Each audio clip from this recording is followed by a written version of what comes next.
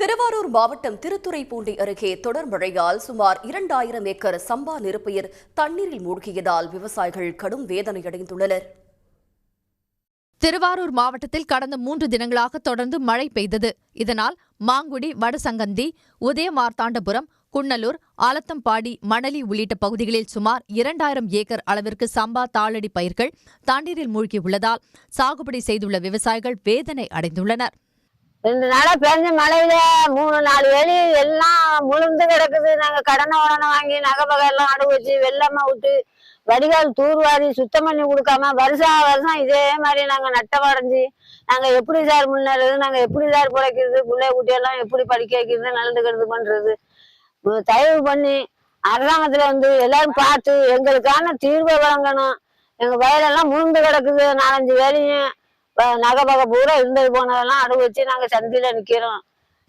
தூத்துக்குடி மாவட்டத்தில் பலத்த மழை காரணமாக கோரம்பள்ளம் குளக்கரை அருகே உள்ள அத்திமரப்பட்டி, குலையான் கரிசல், காலங்கரை உள்ளிட்ட பகுதிகளில் சுமார் 500 ஏக்கரில் வாழை விவசாயம் பாதிக்கப்பட்டுள்ளது.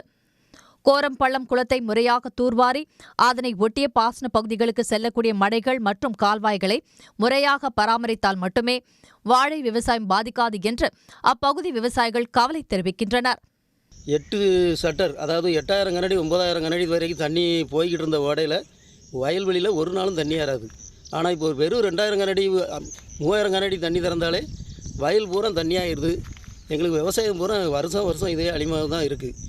ஆனால் உப்பாறு ஓடை ஒழுங்காக தூர்வாராத ஒரு காரணம் தான் இதுக்கு முழு காரணமாக இருக்கக்கூடியது. இதனிடையே நெல்லை மாவட்டத்தில் பெய்து வரும் மழை காரணமாக தாமிரபரணி ஆற்றில் வெள்ளப்பெருக்கு ஏற்பட்டு தாமிரபரணி ஆறு வழியாக தூத்துக்குடி மாவட்ட மருதூர் அணைக்கட்டிற்கு சுமார் 15000 கனஅடி அளவிற்கு தண்ணீர் சென்று கொண்டிருக்கிறது. எனவே பொதுமக்கள் யாரும் தாமிரபரணி ஆற்று கரையோர பகுதிகளில் குளிக்கவோ மற்ற காரணங்களுக்காக அருகில் செல்லவோ கூடாது என எச்சரிக்கை விடுக்கப்பட்டுள்ளது. உடனுக்குடன் செய்திகளை தெரிந்து கொள்ள சன் நியூஸ் பெல் ஐகானை கிளிக் பண்ணுங்க.